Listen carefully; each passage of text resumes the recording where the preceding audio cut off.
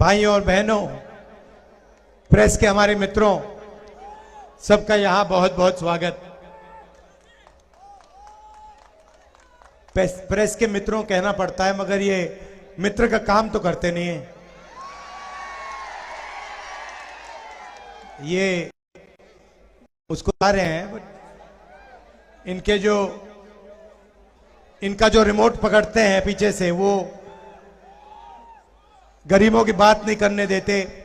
आपने कभी देखा टीवी पे किसान को, मजदूर को, छोटे व्यापारी को, बेरोजगार को कभी देखा टीवी पे? तो हिंदुस्तान में 50% पिछड़ा वर्ग है। जानते हो आप? जानते हो? तकरीबन 8% आदिवासी वर्ग है, 15% दलित वर्ग है। कितना हुआ? 50, 15 और 8 कितना हुआ? 73। तो 73% पिछड़े, दलित, आदिवासी, उसमें हिंदुस्तान में 15% आप माइनॉरिटी छोड़ दीजिए, 90% हो गए।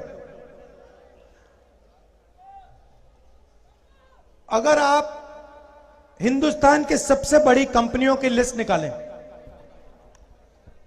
उनके मालिकों के नाम उसमें आपको 90% से एक आदमी नहीं मिलेगा। एक नहीं मिलेगा। 3-4% में से नाम निकलेंगे। सीनियर मैनेजमेंट देख लीजिए, हिंदुस्तान की, गुजरात की कोई भी बड़ी कंपनी देखिए, सीनियर मैनेजमेंट को देखिए, जो बड़े बड़े अफसर होते हैं, उनके नाम निकालिए, 90% से आपको एक नहीं मिलेगा। मीडिया के, कंपनी के मालिक निकालिए, लिस्ट निकालिए, मैंने निकाली है, देखनी है तो मैं आपको दिखा दूंगा। उसमें आपको 90% का एक नहीं मिलेगा। हिंदुस्तान के बजट को 90 लोग बांटते हैं। आईएएस अफसर हैं दिल्ली में, उनकी मैंने लिस्ट निकाली। मैंने कहा चलो देखते हैं हिंदुस्तान के बजट को कौन बांटता है। पिछड़ों की आबादी 50%, 90 अफसरों में से 3 पिछड़े वर्ग के, और छोटी छोटी मंत्रालयों में दलित 3, आदिवासी यहां पे बहुत है हमारे, आदिवासी 1 अफसर है 90 में से। आपकी आबादी 8%, अफसर 1 है। और अगर हिंदुस्तान की सरकार बजट में 100 रुपए खर्च करती है, तो दलित, पिछड़े, आदिवासी अफसर 73% 6 रुपए पर भागीदारी रखता है। 100 में से 6 रुपए आदिवासी, दलित, पिछड़े वर्ग के अफसर डिसाइड करते हैं, बाकी वही 3-4% डिसाइड करते हैं। आदिवासियों की आबादी 8% है। 100 रुपए अगर हिंदुस्तान की सरकार खर्च करता है, 10 पैसे आप लोगों के अफसर डिसाइड करते हैं।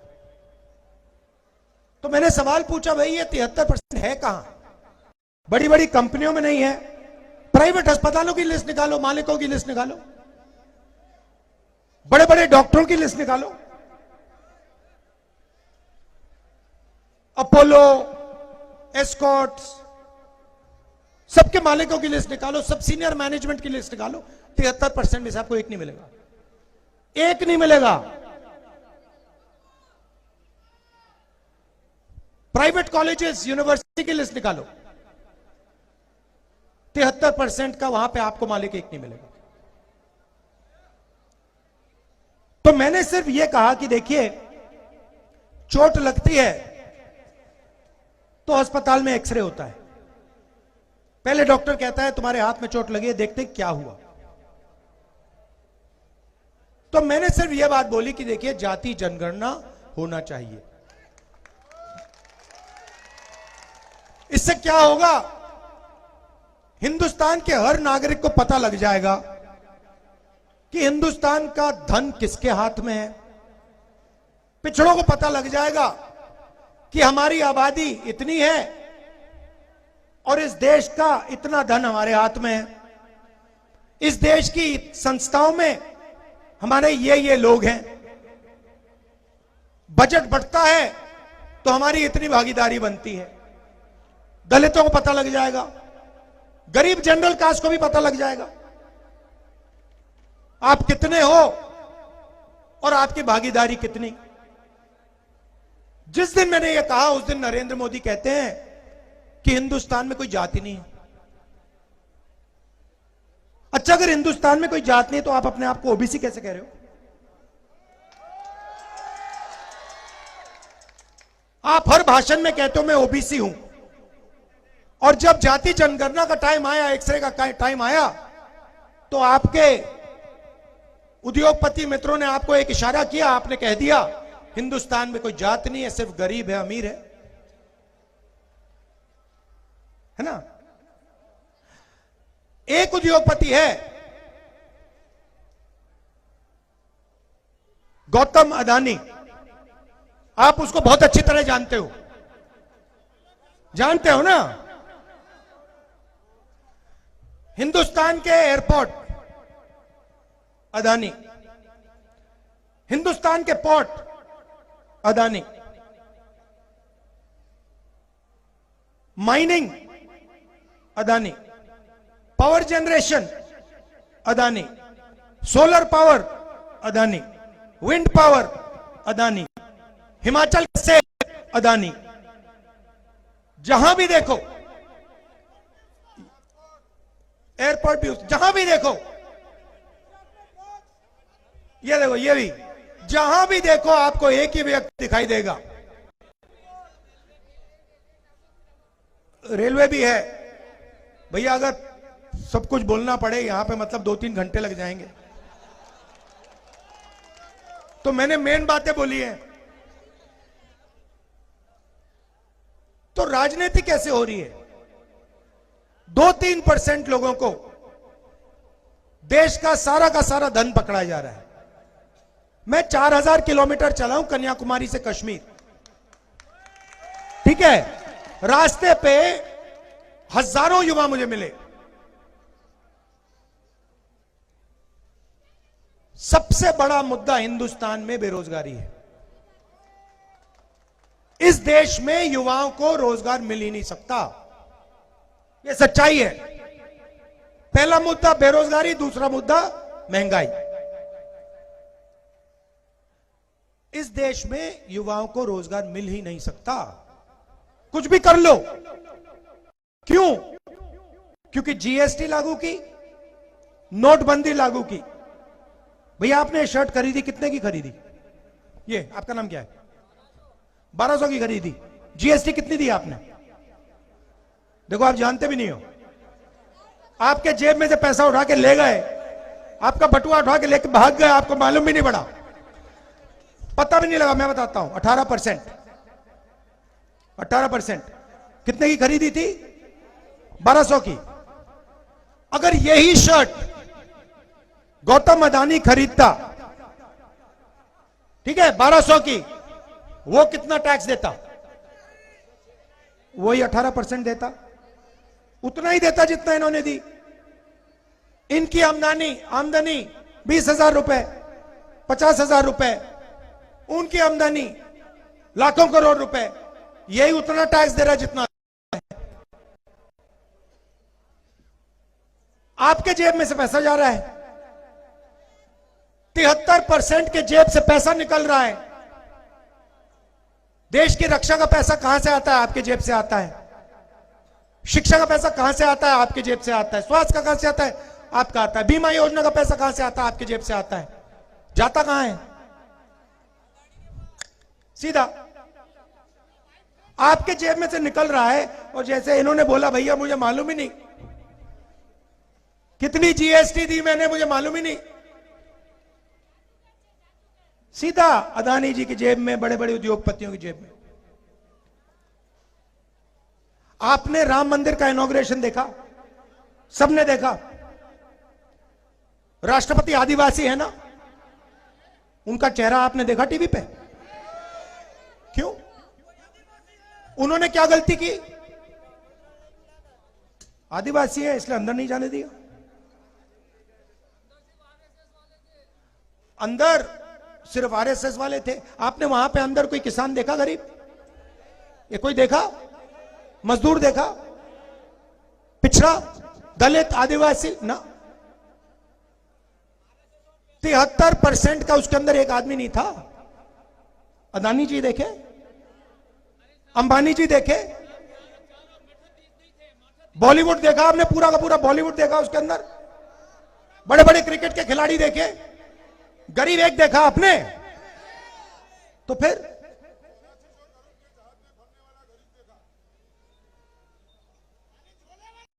हाँ, तो ये हो रही है राजनीति। इसीलिए हमने भारत जोड़ो न्याय यात्रा शुरू की है। इसीलिए हम 4000 किलोमीटर चले। आप कहोगे भाई 4000 किलोमीटर चलने की क्या जरूरत है, हमारी बात ही नहीं रखते। कुछ भी कर लो मीडिया वाले, जो देश के मुद्दे हैं कभी रखते ही नहीं है। बस भैया साहब, अगर भैया देखो, अच्छा मीडिया है किसका? मोदी जी का नहीं है, बड़े बड़े उद्योगपतियों का है। आप जानते हो नरेंद्र मोदी जी ने हिंदुस्तान के 100 सबसे बड़े उद्योगपतियों का कितना कर्जा माफ किया है? 16 लाख करोड़। 16 लाख करोड़। अगर भैया कांग्रेस पार्टी 50 उद्योगपतियों का 16 लाख करोड़ रुपया माफ कर देती तो 24 घंटे आपको कांग्रेस पार्टी मीडिया पे दिखती।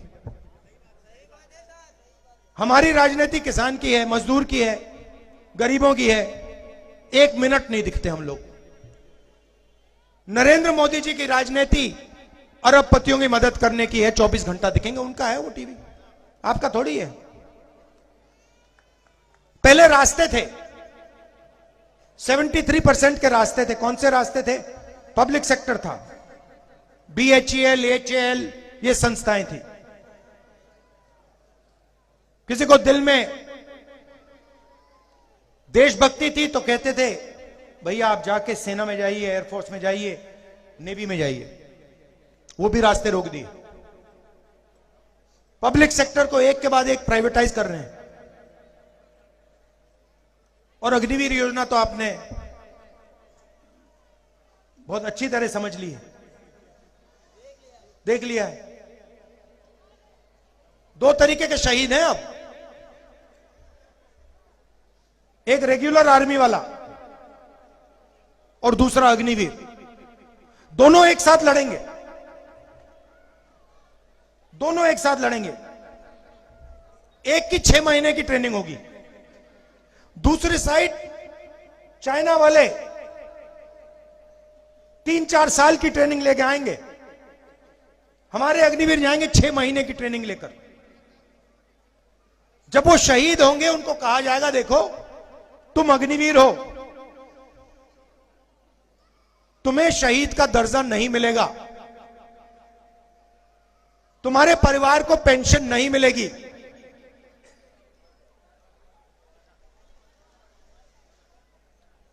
वो ठीक से लड़ेगा क्या? सवाल नहीं उठता।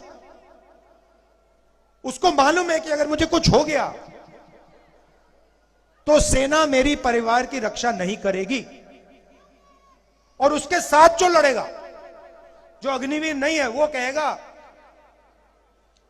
मेरी पूरी की पूरी रक्षा होगी, अगर मैं शहीद हो गया मेरे पूरे परिवार की देखभाल होगी, पेंशन मिलेगी, शहीद का दर्जा मिलेगा। तो नतीजा आपको मालूम है। अग्निवीर क्यों आया? कारण क्या है? क्या कारण है? मैं बताता हूं।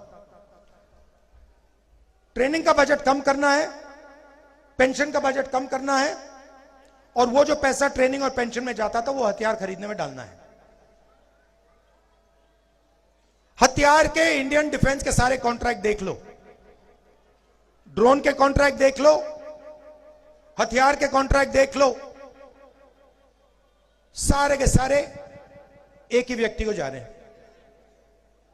नई राइफल आ रही है, इजराइल में बनती है, अदानी जी का जॉइंट वेंचर है, यहां पे बेचेंगे, आर्मी को बेचेंगे, सीधा पैसा आएगा। पहले कारतूस इंडियन ऑर्डिनेंस फैक्ट्री बनाती थी, अब आने वाले समय में गोला बारूद कारतूस अदानी जी बनाएंगे, राइफल अदानी जी बनाएंगे, हिंदुस्तान की आर्मी खरीदेगी। इंटरनेट पे जाओ, मेरी बात मत मानो, इंटरनेट पे जाओ, अदानी डिफेंस लिख लो, उसमें देख लो कहां की राइफल बन रही है, कौन सी राइफल बन रही है, ड्रोन कहां का है, कैसे बेच रहे, सब लिखा हुआ है वहां पे।